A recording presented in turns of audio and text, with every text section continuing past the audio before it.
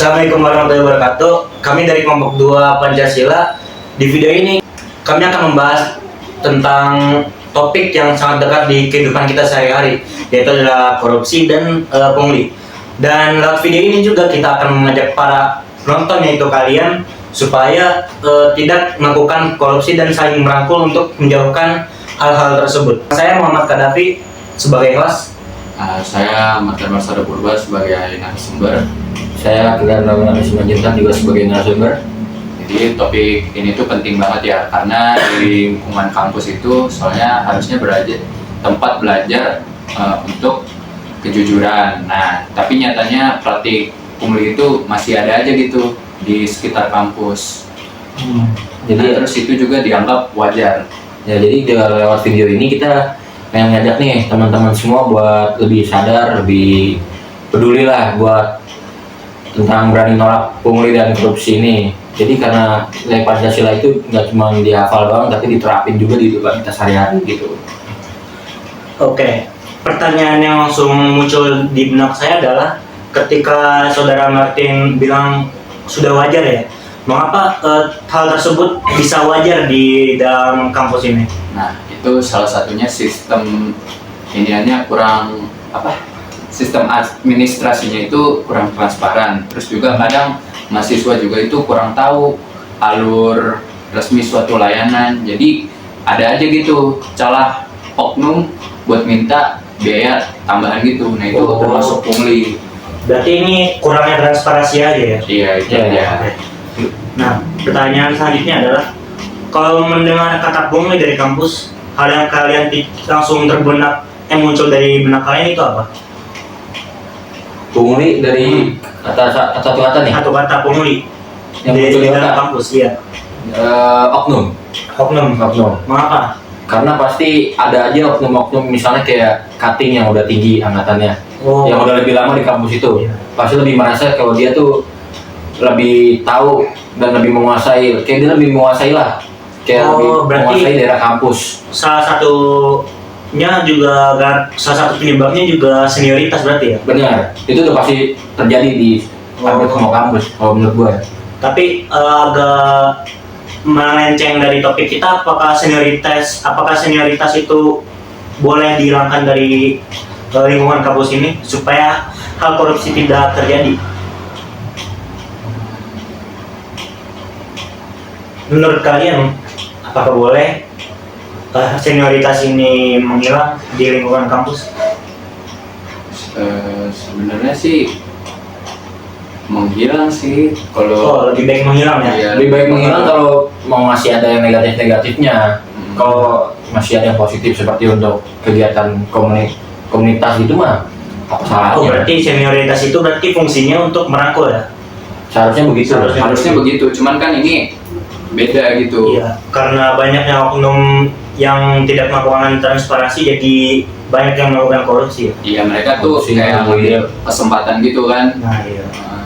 Apalagi untuk seperti kayak maba nih, mahasiswa baru yang Belum tahu istilahnya, apa-apa gitu iya, ya. Nah, karena mereka masih polos gitu ya? iya, Oh, gampang untuk Pengaruhin lah. dipengaruhi lah, Iya. takut-takuti seperti itu. saya punya pertanyaan selanjutnya. Sebenarnya bentuk pungli di kampus itu seperti apa? Bentuk pungli di kampus. Contohnya itu. Bentuk pungli. Mungkin untuk seperti ini ya, seperti kayak ada bencana alam, Ya.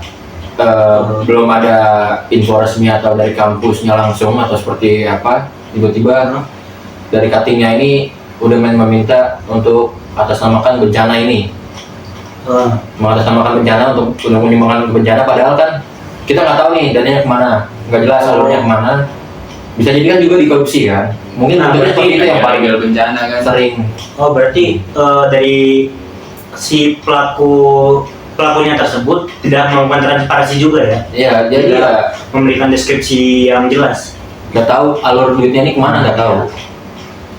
Bisa juga itu dari suatu organisasi kan, misalkan kayak kumpulin dana gitu buat persiapan acara ternyata acaranya nggak ada, terus Nah, ya bisa korupsi seperti itu. gitu bisa jadi lewat situ juga Oh, dari berarti- organisasi kampus. Oh, berarti kalau misalkan mau diadakan pungutan uang seperti itu, kita sebagai cutting harus mengajukan dulu ke pihak kampus ya, Iya, Supaya- Lebih baik sih Nah, begitu. iya.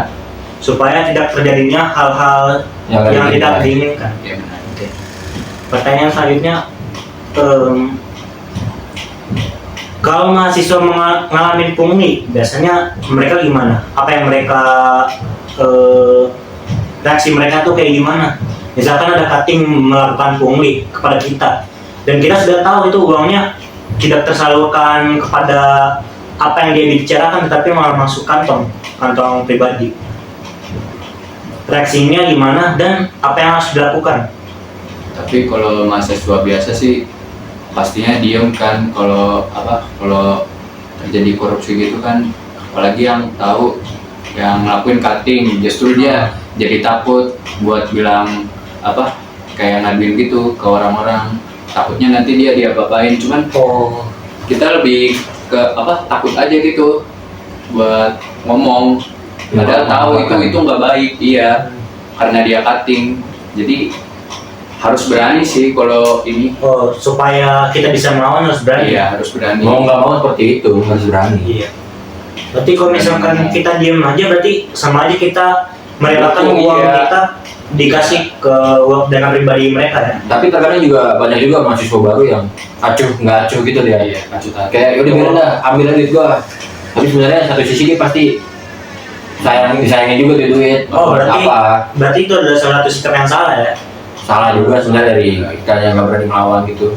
Berarti salah satu cara melawannya adalah kita yang mengadukan ke pihak kampus supaya tindakan tersebut ditindaklanjutkan. Iya. Mau nggak mau seperti itu. Intinya harus berani dulu. Oh, jadi harus berani. Atau enggak membuat satu perkumpulan atau apa untuk menolak pungli atau menolak komunitas lah, biar jadi satu sama lain ada bukti nih. Biar nggak pulang lagi. Ya jadi sama-sama speak up, semuanya ada barengan semua, mata saksi banyak gitu. Harus gitu juga sih. Oke, pertanyaan selanjutnya dari saya adalah, dari sisi sistem kampus, celah apa yang paling sering dimanfaatkan?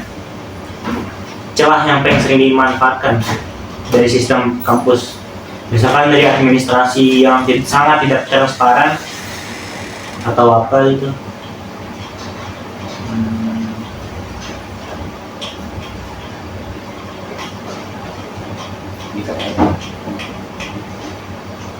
Oke, lanjut ke pertanyaan selanjutnya. Menurut kalian, apakah apa yang membuat kurangnya transparansi jadi faktor utama? Faktor utama yang membuat nggak transparansi. Nah iya, yang nggak bikin Mungkin transparansi dari kampusnya dulu kali ya. dari kampusnya. Dari kampusnya yang seperti nggak peduli gitu. Oh, dari kampusnya turun ke mahasiswanya. Ya jadi kayak sebenarnya gue merasa juga kalau sebenarnya kampus nih merasa nggak peduli juga untuk hal-hal yang seperti ini, pungli dan melakukan korupsi ini kayak seperti.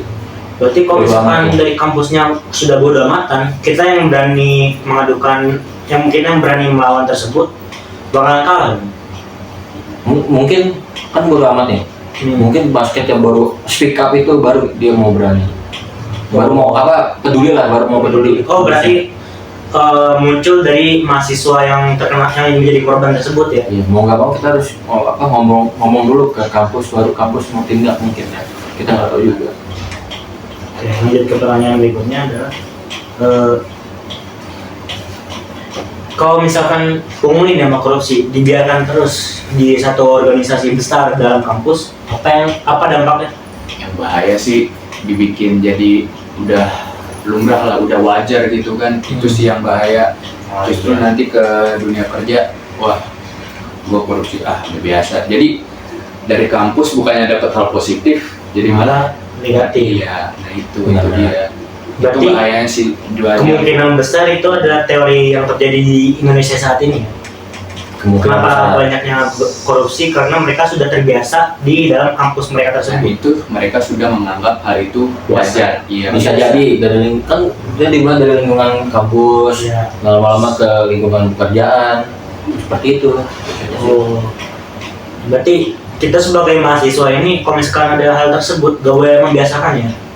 Gak boleh, jadi ya mau nggak mau apapun Bisa apapun bentuk pemungutannya itu harusnya kita nolak, jangan kasih. Sampai kecil gede Harus mau 2000 pun sekalipun namanya korupsi Harus berani kita pungli tetap Berarti kalau misalkan seperti itu harusnya senioritas itu nggak ada.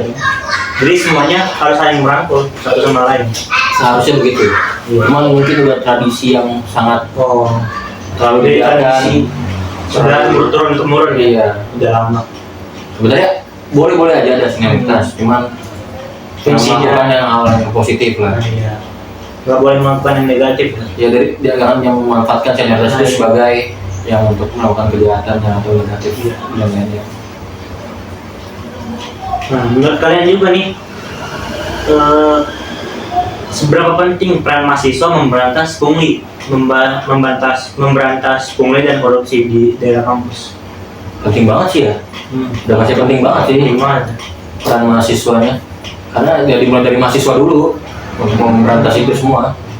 Ya kalau bukan kita siapa lagi? Iya, kan? makanya. Nah, iya. Dosen juga udah pasti nggak mungkin terlibat kan. Nah, berarti kalau misalkan kita kan ini akan mewarisi generasi selanjutnya ya, Iya, sebenarnya. mewarisi Indonesia ya, Iya. Oke. akan mengambil alih Indonesia di beberapa tahun setelah ini. Berarti supaya untuk menghilangkan korupsi sekarang ini, untuk maksudnya untuk generasi selanjutnya, kita harus menghilangkan yang namanya adat istiadat pungli dan korupsi tersebut ya. Udah pasti harus. Udah pasti harus ya. Dan harus melakukan transparansi. Iya, makanya transparansi itu harus sangat dibutuhkan gitu ya. Biar semuanya jelas. Yes. Setelah kita ngobrol panjang lebar seperti kayak dari tadi ya, udah lama ngobrol gini, kita udah ngomongin masalah, solusi. Pertanyaan selanjutnya adalah apa harapan kalian untuk kedepannya supaya tidak terjadi hal tersebut? Harapan gua semoga di lingkungan kampus Unindra ini dan juga semua kampus lah di Indonesia itu melakukan bisa menjadi yang benar-benar bersih, jujur, adil dan juga transparan, dan juga nggak ada lagi mahasiswa yang dirugiin karena masalah biaya ataupun juga pungutan yang gak jelas. Dan ya semoga mahasiswa juga berani buat bersikap lah, buat speak up, buat berani untuk mengungkapkan kalau ini salah gitu.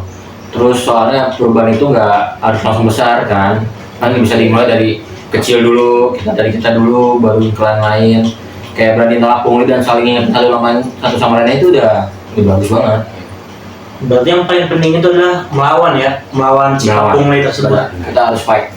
Walaupun terhadap cutting pun harus Iya, sama soalnya kan salah. Jadi Iya. pun udah salah. Kita mau gimana lagi, masih kita mau takut mulu. Jadi supaya korupsi tidak terjadi lagi di tahun-tahun kedepannya, yaitu dari kita sendiri, dari generasi kita yang akan melanjutkan Indonesia setelah ini, dengan cara melawan, walaupun dan kita nggak boleh takut karena cutting atau siapapun yang melakukan tersebut, karena yang kita lakukan itu adalah benar. Selagi benar nggak usah takut. Nah, selagi benar kita nggak usah takut.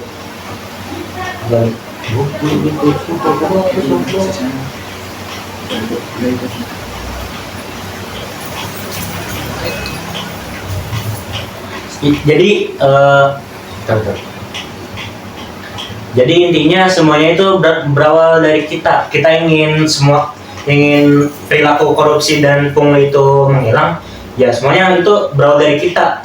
Walaupun memang terasa nggak mungkin, tapi kalau kita lakukan terus menerus dan banyak yang melakukannya, banyak yang melawan, korupsi akan hilang dan tidak terjadi hal-hal pungli seperti yang sekarang udah terbiasa. Bukan di kampus kita aja ya, di Indonesia, Di kampus lain yang merasakan, di kampus lain dan di seluruh Indonesia pungli udah banyak banget terjadi, apalagi korupsi ya.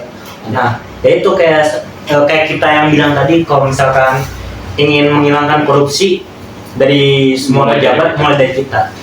sekian dari diri sendiri. Oke, mungkin hanya ini ya, udah ya. Cukup. Hanya ini dari kita. Sekian, terima kasih. Wassalamualaikum warahmatullahi wabarakatuh. Sehat-sehat kalian semua. Terima kasih sudah nonton. Terima kasih.